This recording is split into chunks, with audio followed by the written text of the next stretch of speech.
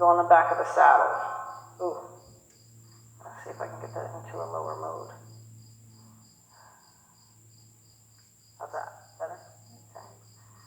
Okay. In his case, what I do, but I don't know, what would you do if you were going to get on him? Are you just going to swing a leg over and slide on, or are you going to jump up and then slide on? Jump, slide, and use my arms to go ahead. Okay, ask him to step over again, close to you. Oh, now you need to step. Did we teach him the over? I think we did, right? Over. So you would raise your hand up. Yep. Say over. Over. Over. Wrong way. Over. Good. Over. Good.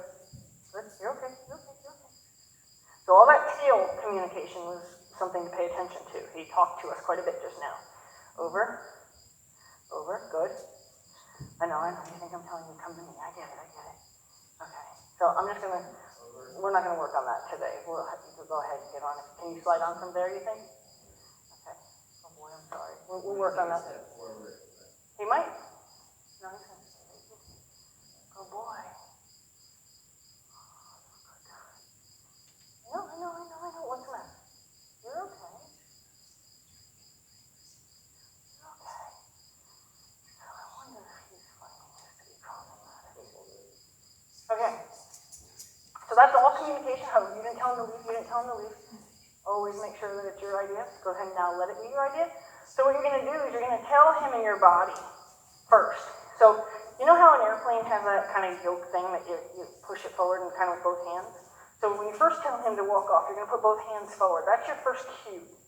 And then you're going to give him a little forward feel in your body as if somebody, he's got a lot of communication today. As if, stop, you're fine. You're fine. Okay, as if somebody has a coat hanger in the back of your shirt and they're trying to lift you sort of up. So you want to give him like as if you sat on something really low and you're going to, what kind of energy your body would need to feel like you're trying to elevate yourself out of that seat.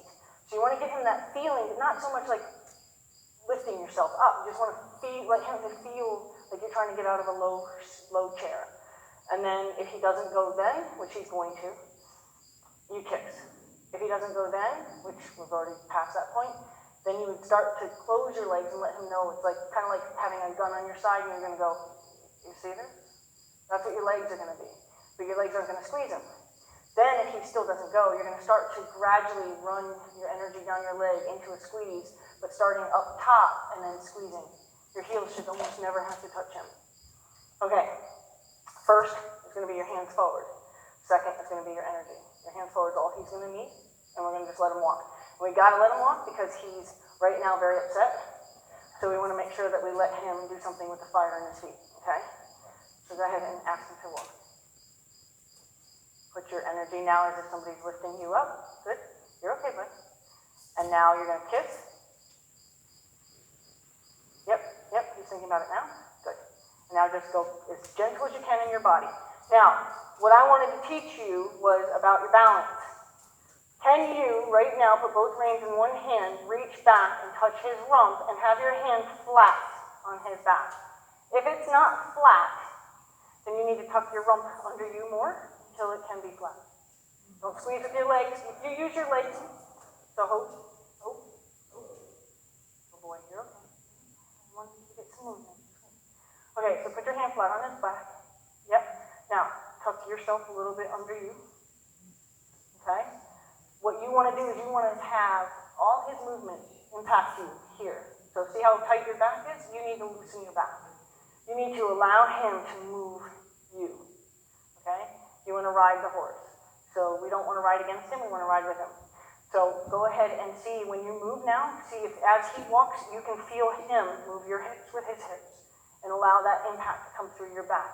If your fingertips are all that can touch his rump, then you are too far up on your front. If your elbow can touch, you're too far on your back. You want to make sure that you're flat hand and you can check your balance all the time, every time, no matter what gait, whatever. If he were to trip, if he were to jig, jump, do anything, if you're on your balance, you will not fall off. It's like magic. But if you're not on your balance point, I can't make any promises. Okay. Go ahead and ask him to go. Before you squeeze. First thing you did was squeeze, and you got a lot of feedback for that. He said, excuse me, that was unnecessary, right? If you're on your balance point, you don't need your legs for grip. If your legs are gripping him, he can tell, and he's talking to us already, so something about whatever you're doing, he's saying, I don't know. So try to see if your energy can be more quiet, more relaxed, like we are just trying to move together. Like imagine like you're sitting on that yoga ball and you're just trying to wiggle it around underneath you. You want him to have that feeling that you are just meshing. So go ahead and see if you can ask him to do again.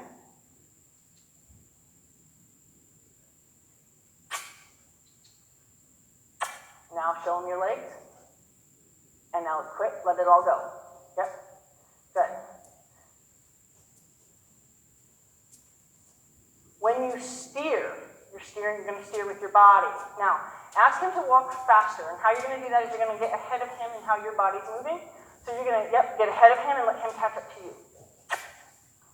And see if he can get a faster walk. There you go. Good.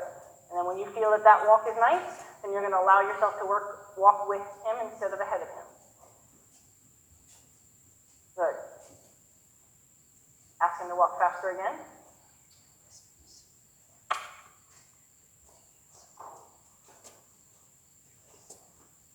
Take all the shock. If you were wearing a bra, it would be at your bra strap.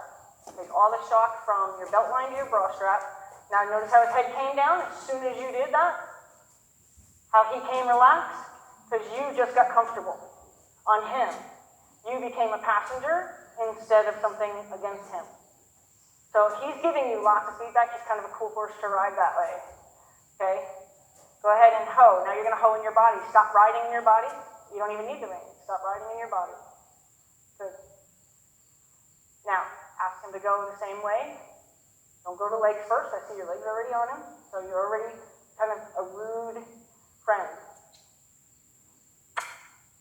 Now your legs, you're going to show him your legs. He's going to give you your tail swish and feedback. Yep. Now, find that balance. Find that spot. And watch what changes in his face. There we go. There you go. He doesn't hate you up there right now.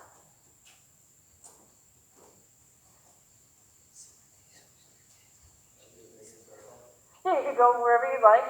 You can, when you ask him to move faster with you, the reason you're going to get ear feedback and possibly even a tail feedback is because he's trying to read what you're saying, but once he figures out what you're saying, that's okay. Now, if you're on your balance, you would never ever worry about falling off if something like that just happened. Yeah. So now what I'm going to talk to you about is steering, and you're going to steer with your head and your shoulders. Your head and your shoulders will turn your hips. Your hips will turn the horse. You will take the shape of your horse. Your horse will take the shape of you. So ask him to turn around that noodle and around that ball. First, you're going to look where you're planning on going. Look where you're planning on going. Keep your head up. Look where you're planning on going. There you go. You don't need to see anything on the ground. He can worry about where his feet go. Yep, we want to go around. I wanted to do a circle. Okay. Steer with your shoulders. Shoulders. There you go. See how he changed? Yeah. You didn't have to do any pulling harder. You just told him what his body should look like, and you want him to mirror your body. So now go around just the ball. Your shoulders. Now support with the rein. There you go. Look where you're going, not where you're at. Good. Good. Good. Now go straight, and now allow him to take you straight. Good.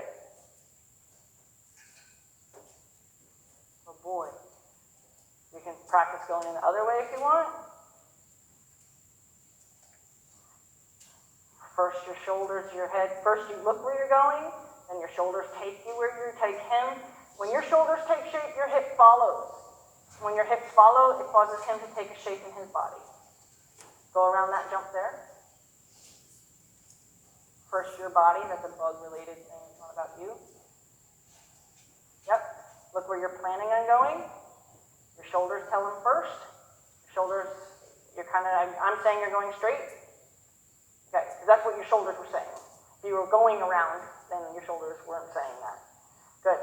Tell Tell him to hoe. Stop riding in your body and tell him to hoe. Try to see if he'll hoe by you stopping riding. If you stop riding first, he'll likely hoe for you. Now, we're going to ask him to back up. Now, what you're going to do is you're going to sit on your rump a little bit tighter. Like you're going to sit like you got heavy pockets. And you're going to try to anchor yourself backwards. You're not going to pull him backwards. You're going to bump him because he knows the bump. So let's be polite about it. So we're going to ask him to back up by bumping him. Just give him a slight bump and bump, bump, rhythmic, bump, bump, bump, bump, bump, bump, bump. It's okay because unfortunately this halter is there. Good, stop. Good. Now, I'm going to tell you something. Prior to right now, when you started doing a contact thing, he did nothing about pulling your hands. He used to do that. I rode him one day, and finally at the end of my ride, he didn't even bother with pulling on the hands. We don't want him to do that anymore, so we want to make sure that we try to have a conversation with him that doesn't involve any micromanaging of his face, because he does not like it. Oh boy. So, let's ask him to put his head down while we're standing here. We're going to actually lift up. Well, don't do it first. We're going to lift up this rein, straight up in the air, and tell him head down. Only one rein. Down. Head down. Yep, take a feel. So you can feel you telling him. Head down. Good. Oh boy. Head down. Do one more. And when his nose to the ground. Head down. Yep, take a feel. I don't see you Head down. feeling it. Next, and then once you have the feel, hold the feel. Okay? See how they're slack? If they're slack, if you don't feel him, do you not feel him? You shouldn't feel him. Yeah, now you feel him. There. That's how you communicate. So if your hand's up in the air and you don't have a feel, then you can't tell him. Okay. So now you're going to ask him to go. Everything that you just did, you're going to tell him first by putting your hands forward, which means I'm giving you the freedom to go forward. You're going to tell him in your body first. Good.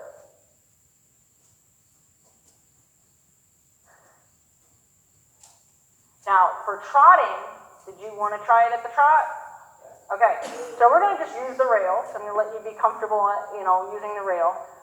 The trot, you are going to do your very, very best to find that spot in your butt and in the small of your back, taking in all that shock. If you tense up, you will not be able to take in the shock. And if you don't take in the shock, you're going to on him. You want to sit and glide. You know those rocking chairs that have gliders? That's what you want to feel like at the trot. You can do it at the trot, even though everyone thinks the trot is just bouncy. Once you find it, you'll be like, oh my God, that's amazing. So, go ahead and ask him for the trot. Hands forward, everything the same. Now, lean back more. Find that spot. There you go. You had it for one jump. There you go.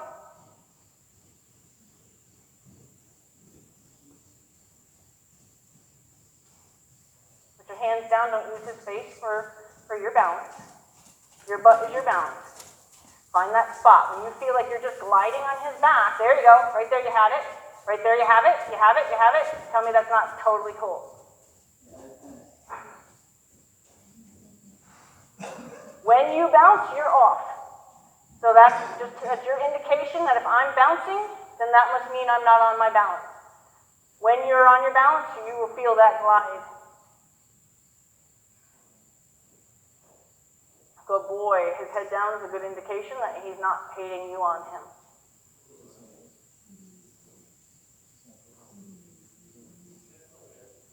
Yep.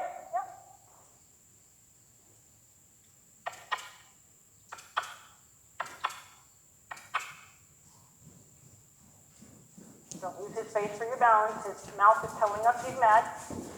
Up. Okay. Ho, ho, ho. Ho. You're right, bud. Really thought about bucking. His mouth told me over there that he was thinking something naughty. He's telling me he's mad. So what you're going to want to do is you're going to want to try your best to stay kind of off his face as balance. And you're going to look for your balance. Now what's happening is that you're changing the way you're riding him. So he's misinterpreting possibly that you're asking for the canter, and because you're not, the rest of your body isn't saying that, he's confused. So we're going to ask him for a slower trot. So you're just going to stay easy and take a feel, and then when you feel him transition slower, you're going to let him go again. So horses just want to be left alone. So if you take a feel and say easy, and then you feel a definite change, he slows down, you're gonna let him have his space back and let him have that tension back. And then if you have to do it a bunch of times, I call that setting cruise control. If you have to do it a bunch of times till he finally figures out that that's what he's being released on is his actual pace, then he'll finally get it. But if you hold him, you're gonna, like he's kind of like a claustrophobic horse in his own body. Like he's trapped in here. So we want to help him get out of there. But if you also are the predator on top of him with a claustrophobic feel, he's not going to like it, and he's never going to come out, okay? So we want to make sure that you ride your balance, you ride it as smooth as you can. When he takes a faster trot, you're just going to say easy, take a feel. As soon as you feel that change, you're going to release if he knows that that's what you wanted, and if you have to do it a bunch of times, that's okay. You keep looking for your position. When you find it, hold it. Don't use his face for balance, because if you use his face for balance, he's going to get mad, like he got mad over there. You're all right, buddy. And don't squeeze for balance either.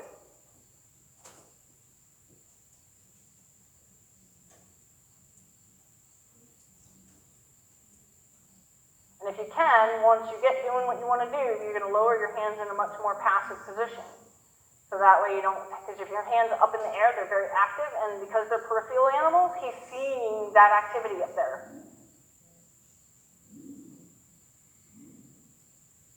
Now he's not unhappy now.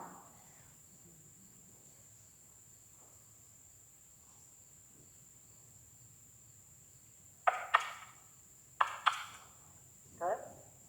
Easy. Get it easy now. Easy. Easy. Easy. He's thinking about being naughty again. Tell him to hoe. Tell him to hoe.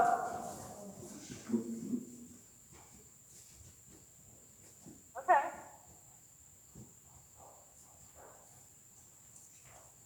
Oh, he's upset.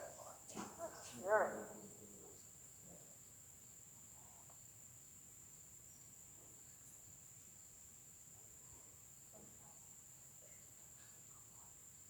So it might be something you'd want to try in the saddle only, so that way he's not feeling the change of your tailbone on him. You can take your stirrups off, or if you wanted to still do a bareback kind of ride, just so that way while you're finding your balance, while you're finding that softness on him, he's not reacting to it as much as he is, because he's starting to react.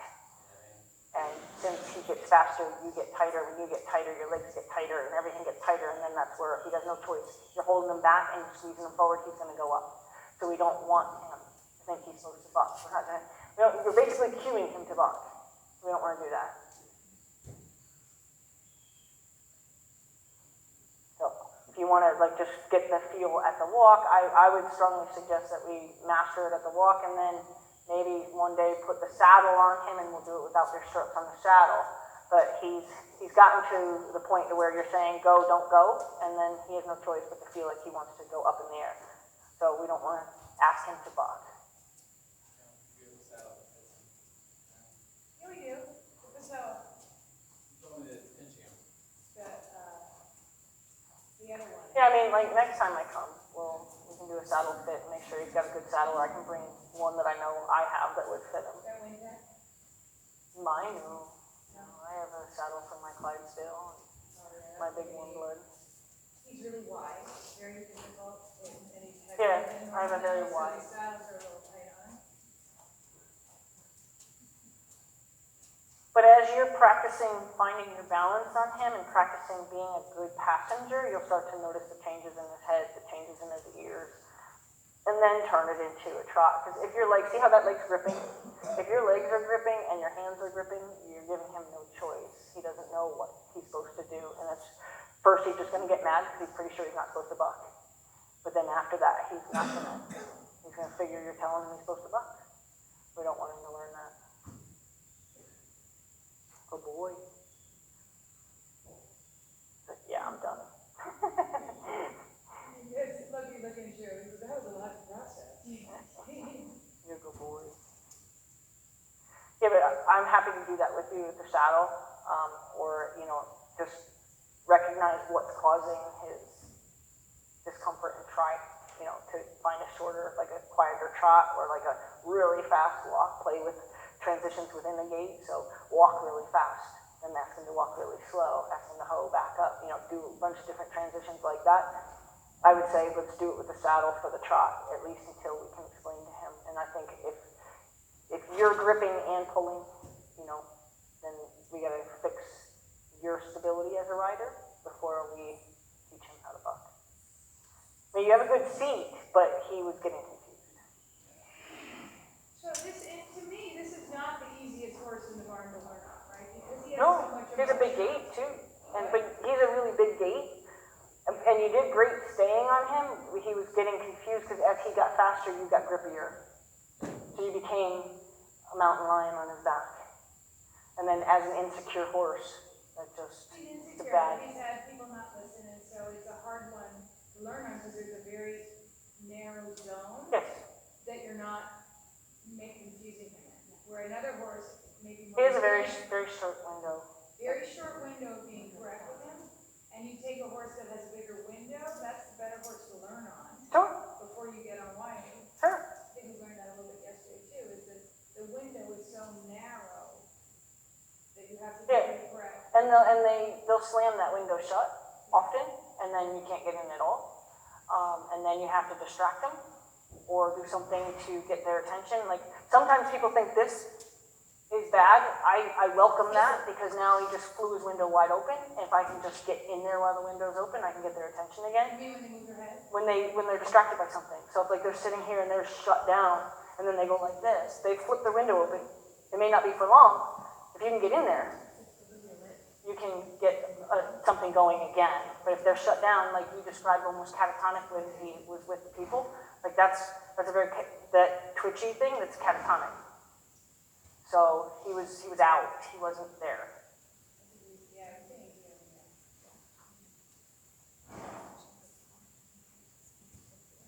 But he's ending on a really good place there. So He's really happy. yeah. That was really positive. Yeah. He's very damaged, so like for you to work with him is great. You just have to be kind to his damage. What was his damage? He's not present. And then when he comes present mad. And then he tries. When he wants to tell you, yeah, that's pretty good. So the couple times that you did something that was obvious to him, he told us it was obvious to him that was good. And then he went back into kind of a displaced, and I don't want to be here face. And then when he got mad, he told us he was mad. And then when he's like in that just zone, he's not here with us. He's doing it, but he's not here with us. And then something mild, like a foot touching him different than it was, can wake him back up. And since he's kind of a PTSD guy, it wakes him back up out of a state that he was in a happy place, and now you woke him up mad. So he's the kind of horse that can end up hurting somebody if you're not careful with his wounds.